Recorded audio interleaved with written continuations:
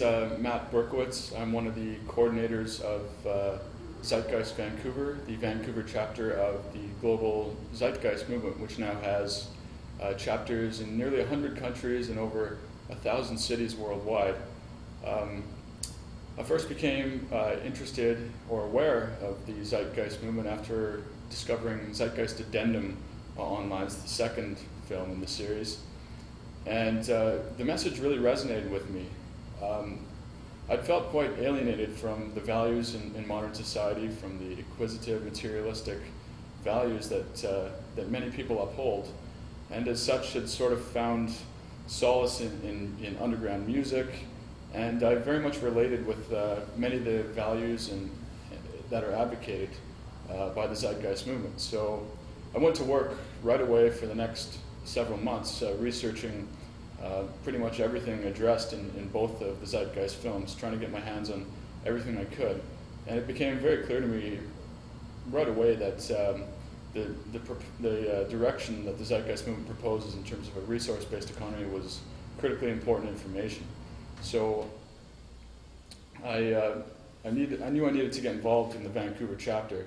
So we had our first event here in Vancouver, March 2009. We had a screening of Zeitgeist Addendum. That was for our Z-Day event. And a couple months after that, we had our first activism event in terms of actually spreading awareness to new people. We set up for one of the local festivals here in Vancouver. And pretty much from then, we've been active on a weekly basis, spreading this information to new people, as well as giving lectures to people who want more information, and so forth.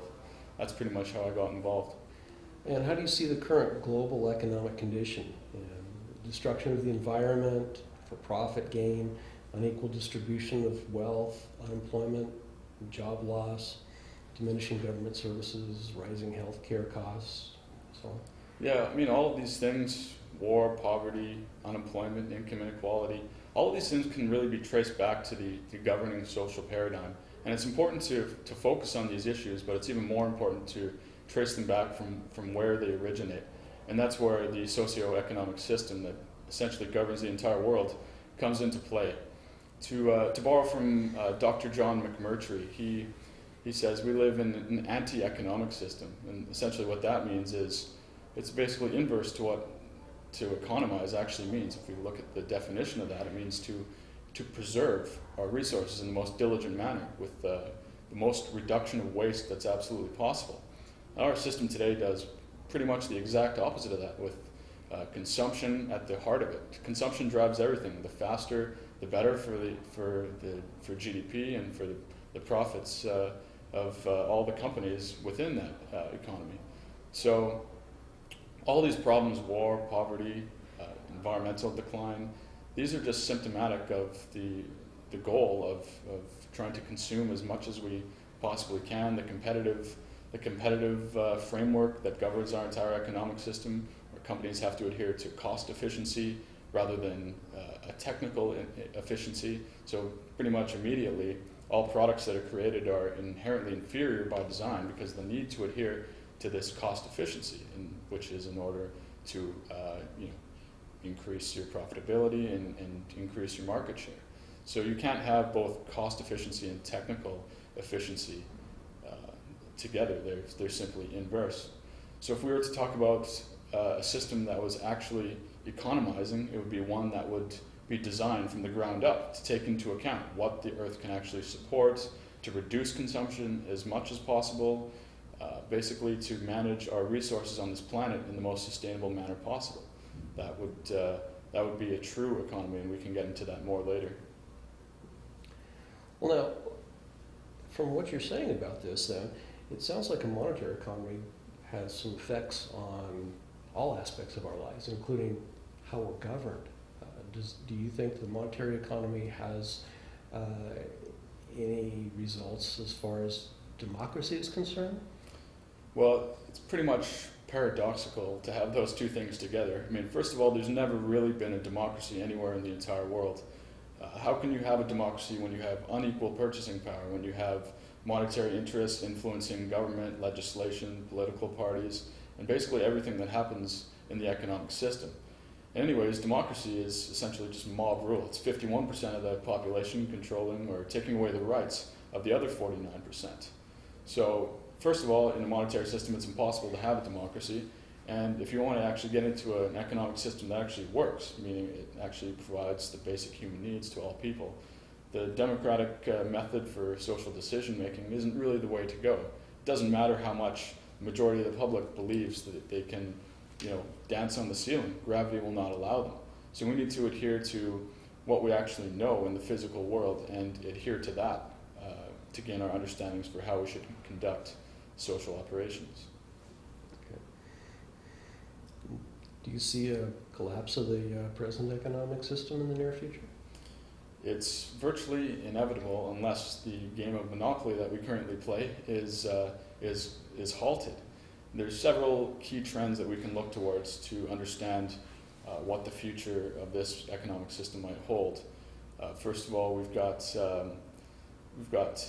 the obvious discrepancy of living in a system of infinite growth while we live on a planet of finite resources. This is obviously a mathematical incompatibility. You can't just have an economic system that grows forever when you have a finite amount of resources. So you've got this obvious unsustainable aspect inherent in any type of monetary or market system that requires growth. What we really need is a steady state economic system, and again, we can get into that. Another attribute we need to look at is technological unemployment. That's simply the displacement of human labor through machine automation. And this is happening at an increasingly faster rate than ever before in history. And that's basically the reason for the unemployment throughout history. 100 years ago, most people worked in manufacturing or agriculture. Now pretty much everyone works in the service sector. And now the service sector is even being automated. So where's the next sector to absorb all these jobs lost? There really isn't one. And the increased unemployment we're seeing globally in the past few years is the result pretty much of this machine automation. There's much statistical background to support this. And if you understand the logic of the system, these jobs really can't come back. It's just going to get more and more pronounced. If there's no sector to absorb these jobs, the jobs are simply not coming back, and that means that the public has less purchasing power. Less purchasing power means less ability to support the consumption levels needed to increase GDP, and this translates into a failing monetary system. It basically means the end of the monetary system as we know it. Another attribute we need to look at is depleting oil reserves, or a phenomenon known as peak oil. And we can speculate for a while how much there is left. The obvious reality is that oil is a non-renewable energy resource, and it's not going to last forever. In fact, it's probably only going to last a few more decades at most. And there's really nothing that we can see in this society in terms of a concerted effort to move or to shift the global energy infrastructure into something sustainable. We have the technology to do it, but I believe there is an International Energy Agency study a few years ago that found that it would take 30 years and $20 trillion to convert the global energy infrastructure into something sustainable. Now, do you really think that's going to happen in a monetary system? We have the technical capability to do it. We can do it very fast. But again, the monetary system will not allow it because of its need to maintain cost efficiency, to basically for all companies to make a profit in what they do. If it's not profitable, it's simply not going to be done.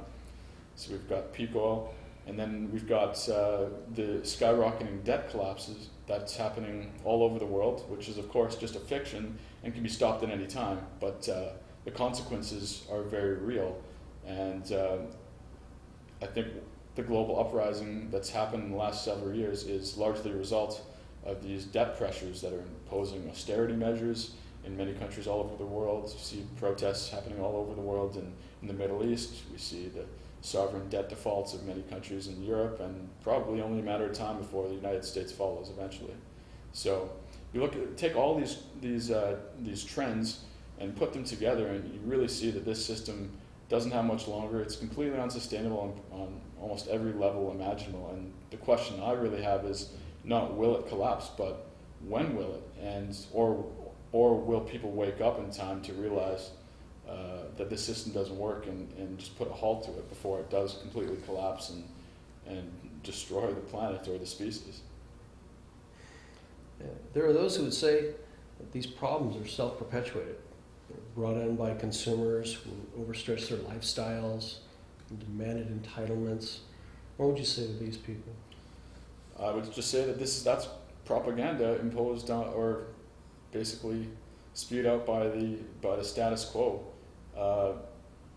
Things like planned obsolescence, people who defend the market system will say that that's consumer driven. This goes against the inherent logic of the entire system of having to adhere to cost efficiency.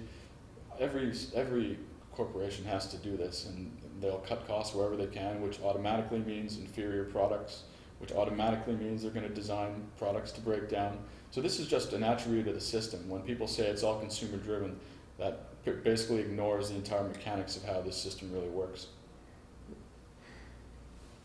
Well, now, there are those who would also say that there's no solution for today's problems. The recent movement by the Occupy Wall Street group and Occupy Together group made their positions clear by addressing the problems, but they stopped short to address a solution. Won't these problems that they've been addressing be addressed with legal changes and regulations?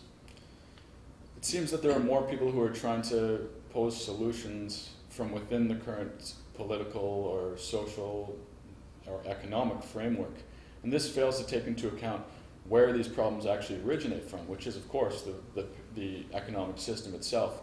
If we don't go deeper to the lowest common denominator of where these problems actually originate from, nothing is going to change it. Legislation or regulatory efforts do nothing to address the root causes of where these problems originate from.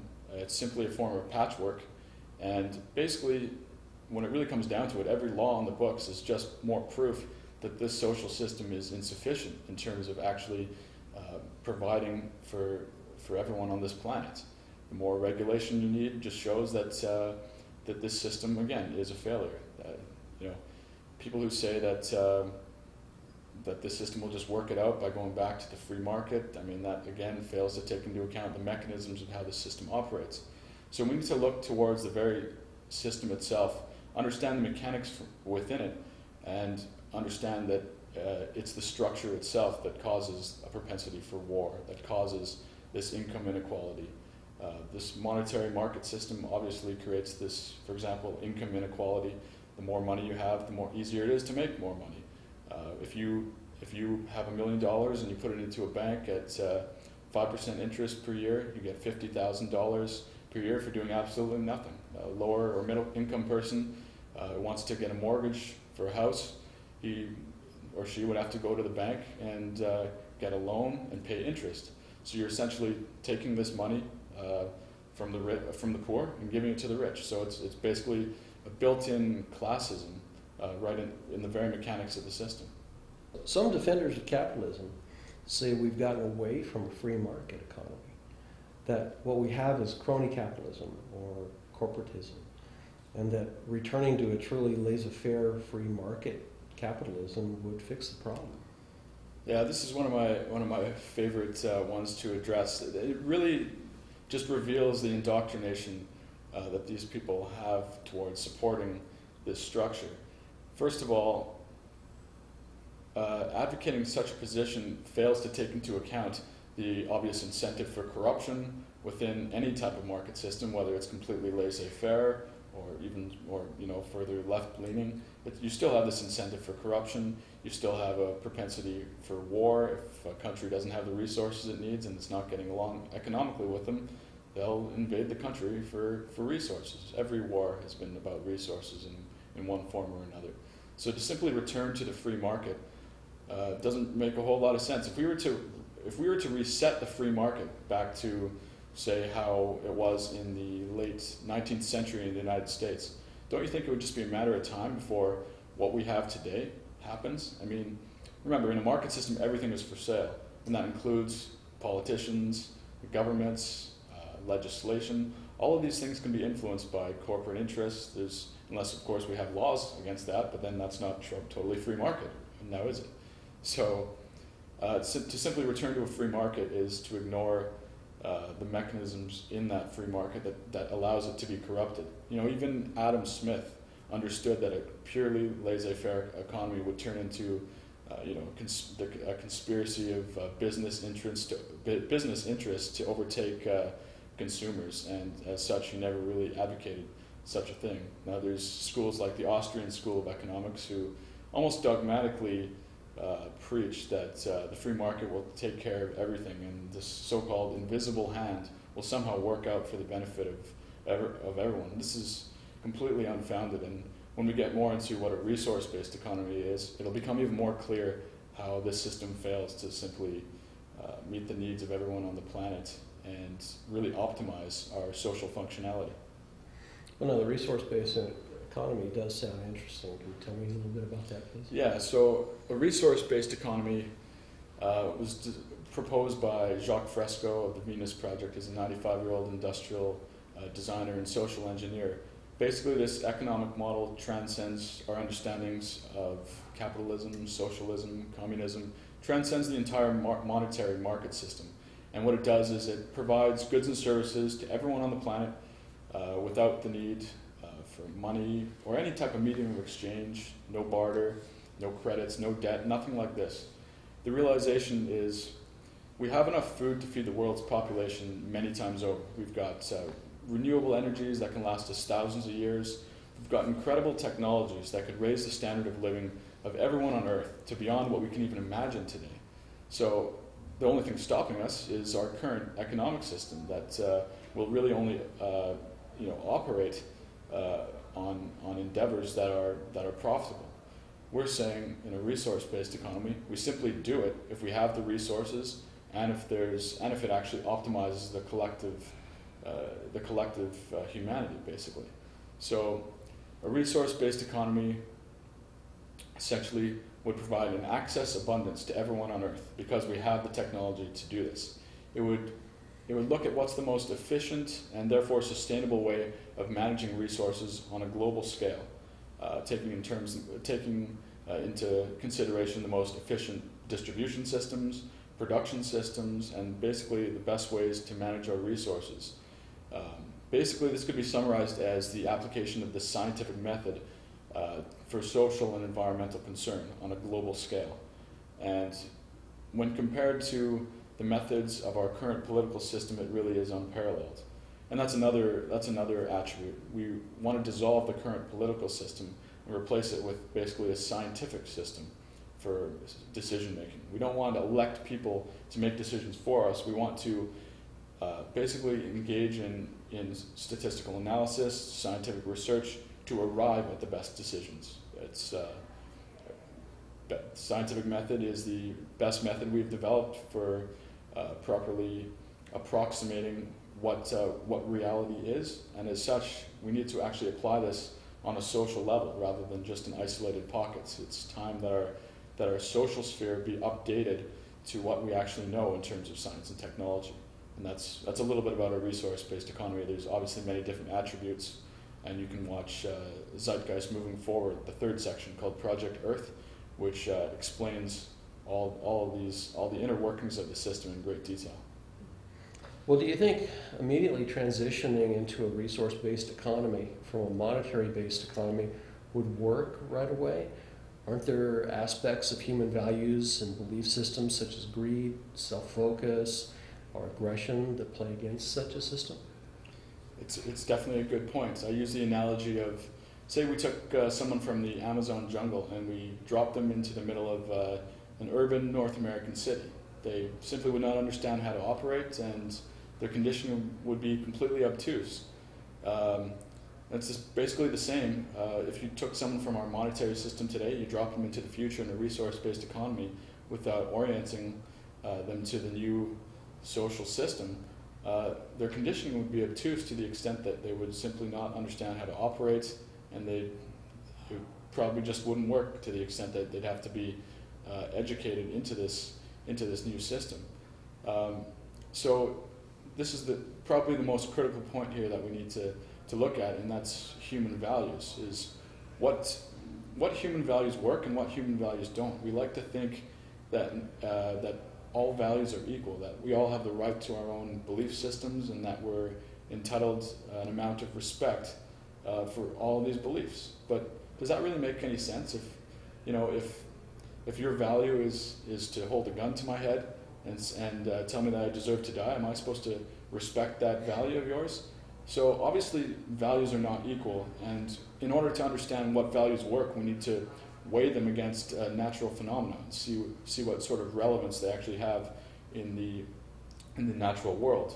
If you look at many of the values that our social system today creates and reinforces, like all the consumptive ones, from materialism and vanity and ego and the jealousy and all these acquisitive values, they're simply unsustainable. So those values will not lead to social betterment in a way. They're simply there because advertising and marketing drills them into people, because that's what this system requires, the system based off of consumption.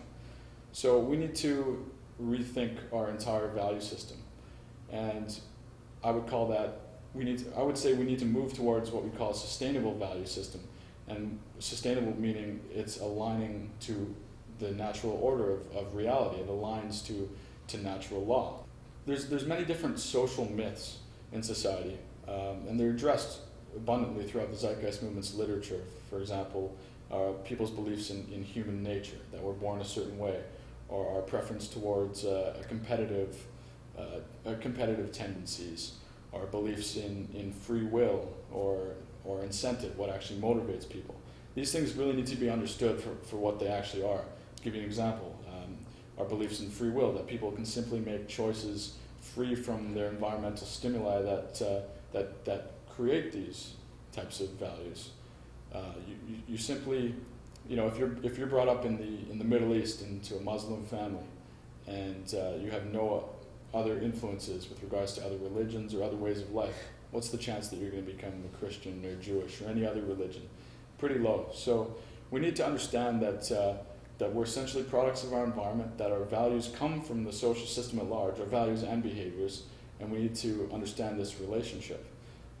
If you take the example of free will, this assumption extends to the depths of society. Look at our prison and legal systems.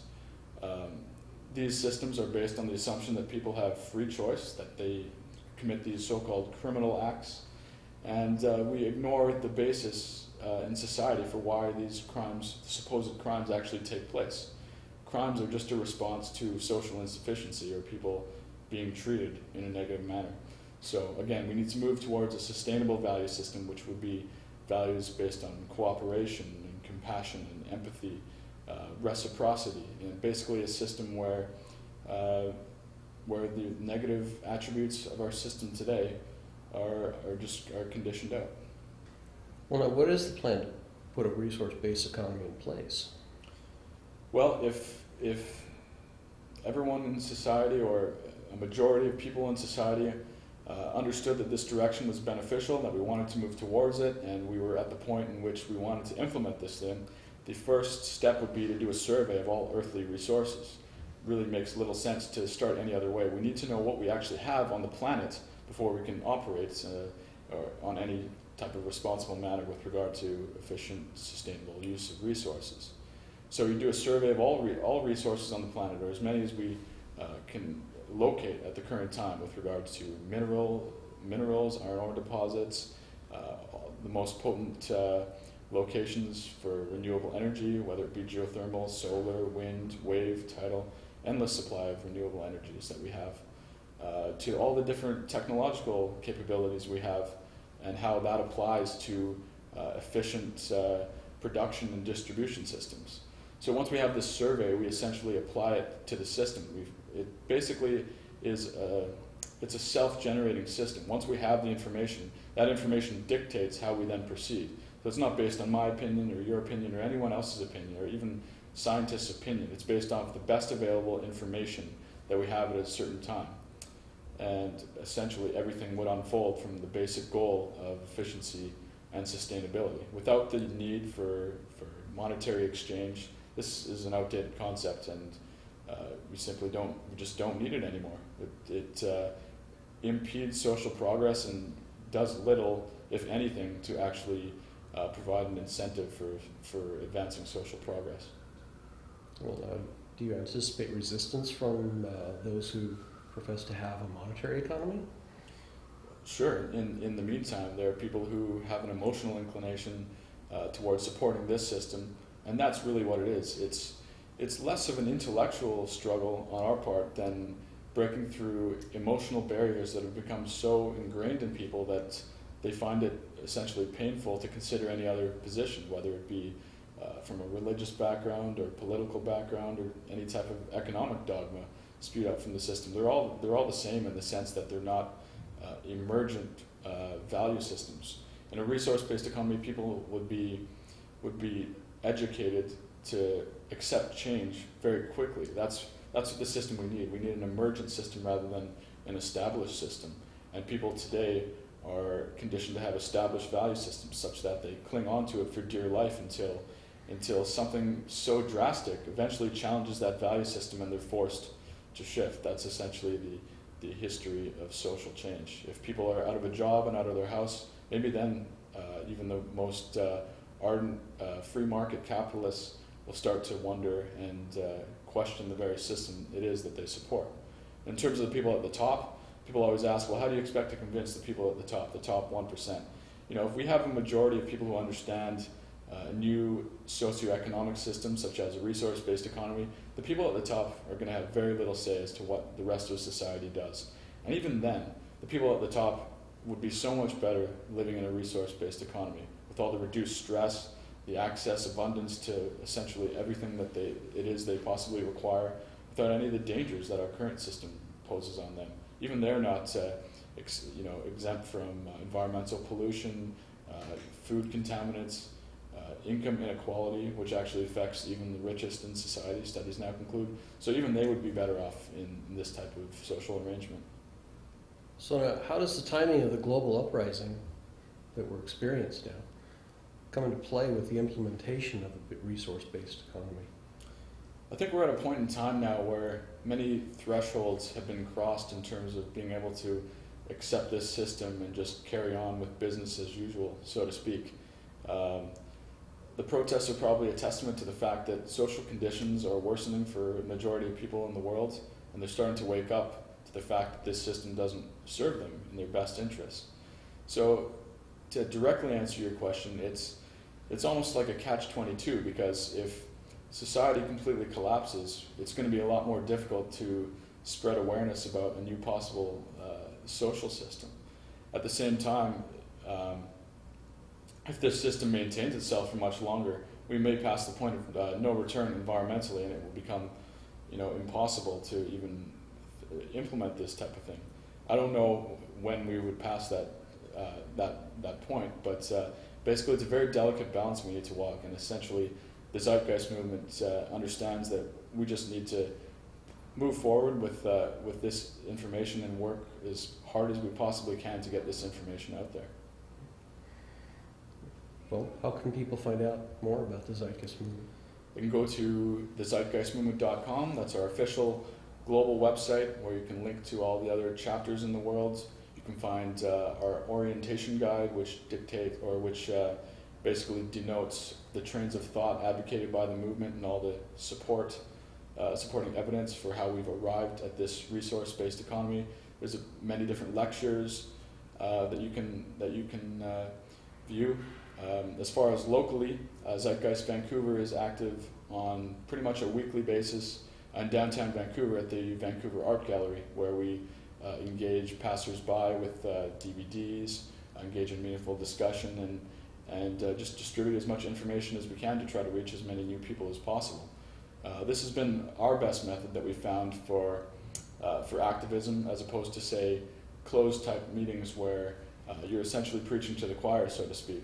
I mean, these things are important to get more information out there for people who are interested, but the most critical work that we do, I think, needs to be in reaching new people, and that's where our efforts lie. So as far as our local website, you can go to zeitgeistvancouver.com, and you can read all about our events that we've done in the past, as well as our upcoming ones, all the different local media we've done, as well as just everything else that's relevant on a local level.